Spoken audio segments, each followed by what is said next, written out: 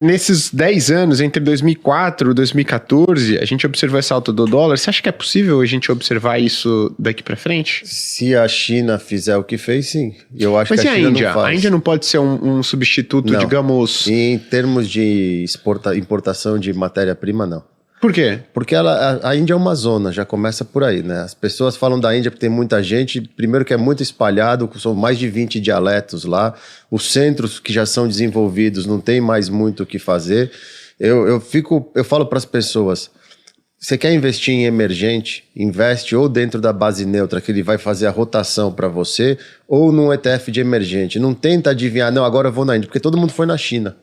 A gente olhou ontem, o China 11 tomou quanto? Desde que foi lançado pela XP aqui, tá caindo 40%. Caraca, Isso foi em 2021, coisa assim, pô. Deixa eu ver aqui. E aí você fala, ó, 40% desde 2021 é 40% nominal. Coloca a inflação aí, meu amigo. Isso. Mais 20% de queda aí, você tá perdendo 60% de poder de compra. Emergente é muito... Dezembro de 2020 foi lançado, tá caindo 40%. Coloca a inflação aqui. Então, é muito tricky emergente.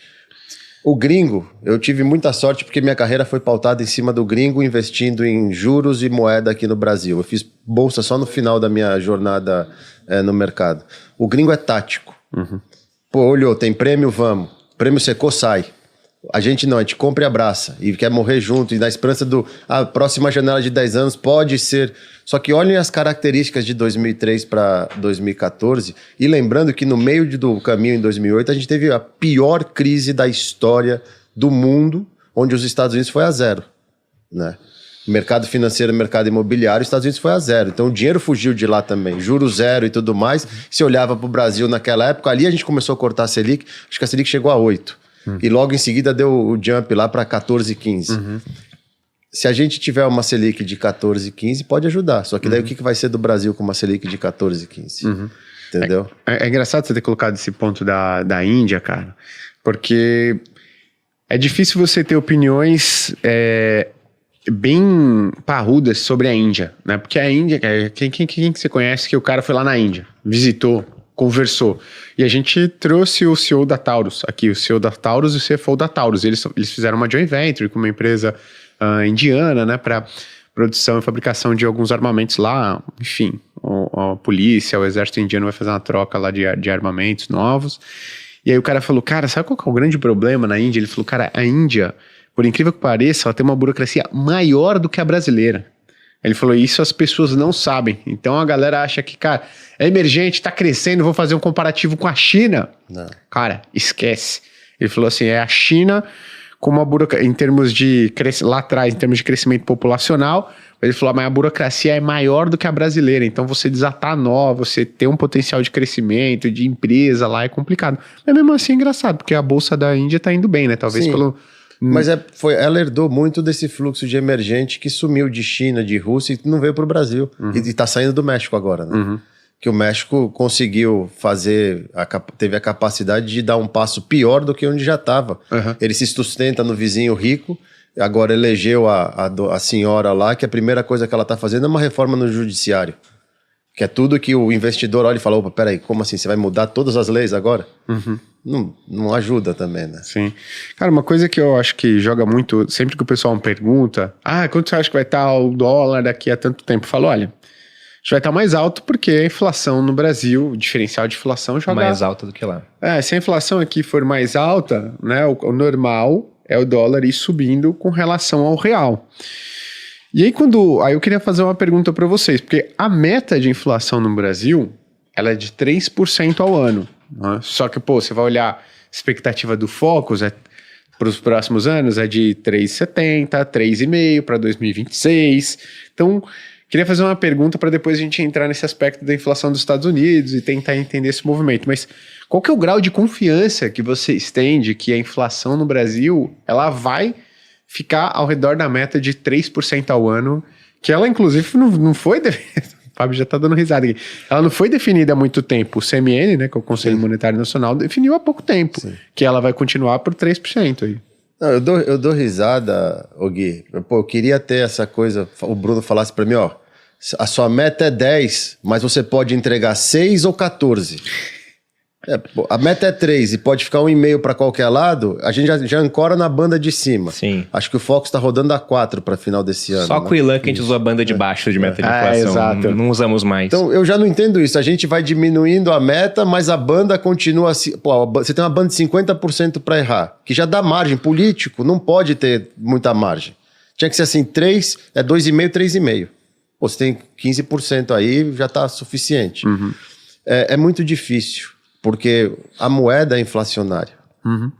E quando você tem esse manto de coisa, tanto que o mercado sabe, desde lá de trás, você quer fazer o governo, o Congresso se incomodar, vai em cima do dólar, porque vira manchete. E você percebe, 5,70, como o tom mudou da noite para o dia, é que a gente brinca que era o machão no bar contando, aí a esposa liga. Ele volta para casa com o rabinho no meio das pernas, porque tava lá, que vão fazer, porque ataque não sei o quê, porque eu vou baixar, vou fazer 5,70. No dia seguinte, não, olha, aprendi a ser fiscalista com a minha mãe, analfabeta e tudo mais, a gente vai, e começa o tom a baixar. Então, essas coisas atrapalham muito. E temos que lembrar, né? Por mais que o Brasil faça a lição de casa, temos que orar, e nesse caso o mundo inteiro tem que orar para o petróleo continuar aí, 80, 82, que historicamente não é onde ele fica. Então, também tem essa história que começa a cair juros nos Estados Unidos, as economias começam a crescer, a Europa já está em ciclo de baixa, Inglaterra vai cortar, Nova Zelândia falou que vai cortar, Coreia do Sul falou que vai cortar, a atividade começa a retomar. Quem é o primeiro que faz o ar da graça? Petróleo. Também tem esse lado. Por isso que eu falo sempre, se a gente tem a casa organizada e essas coisas acontecem, pelo menos na hora que apara o barulho, você olha, a casa tá tudo em dia. E a gente não tem a casa organizada e tem o barulho. Por isso que o Brasil sempre, eu costumava falar, o Brasil ele não gargalha, não ri de gargalhada na alegria, mas na hora de apanhar, aquele cara da novela que batia na mão com raquete de tênis e tudo mais. Ele é sempre pro lado mais pior, agudo, né? Sabe, eu tenho uma regra de bolso, Gui, que eu falo pro pessoal, você não quer pensar muito no Brasil, não quer ter problema, então vai fazer dívida, faz pré-fixada. Vai investir, é pós-fixado indexado à inflação. Porque se tem uma coisa que o Brasil é muito bom, é em produzir inflação. Se a gente pega antes de Plano Real, então, aí a gente era magnífico. Nós somos um dos poucos países que conseguiu passar por um surto hiperinflacionário sem estar passando por uma guerra. Se a gente pega a inflação, isso aí está no site do IBGE, vocês podem entrar lá para conferir. Você pega a inflação anos 80 até 94, julho de 94, começo do Plano Real, a inflação acumulada é de 1 trilhão%. Então é um negócio impensável para nossa cabeça linear de ser humano.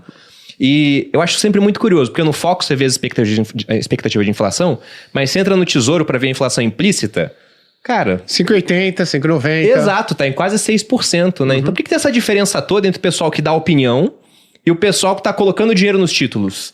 Então, eu acho que uma inflação de 3% pro Brasil, da maneira que a gente tá indo, gastando mais do que arrecada, sem expectativa de mudança para frente, é um negócio difícil de ser mantido ao longo do tempo. Eu acho que a inflação ela vai para cima.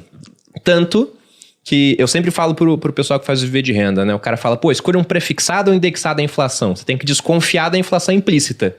Mas você não quer fazer isso, cara? Eu acho que a gente é muito bom de produzir inflação no Brasil. Em termos históricos excepcionais, muita coisa mudou, felizmente, mas até é curioso, porque na década de 80, nossa década perdida, enquanto aqui a gente estava com um surto hiperinflacionário, o que aconteceu lá fora? Os Estados Unidos estavam com juros muito altos, a gestão do Paul Volcker, e agora é mais ou menos um retrato parecido. Uma taxa de juros ao longo das últimas 2 décadas, então é um retrato que é similar. E o juro americano vai cair, mas não vai voltar para zero. Não. Ele vai continuar dando uma certa atratividade. Então acho complicado para o Brasil manter esse nível de inflação que a gente tem hoje. Eu espero que eu esteja enganado, porque todo mundo perde com a inflação mais alta. Sim. Mas principalmente quem é mais pobre, né? Sim.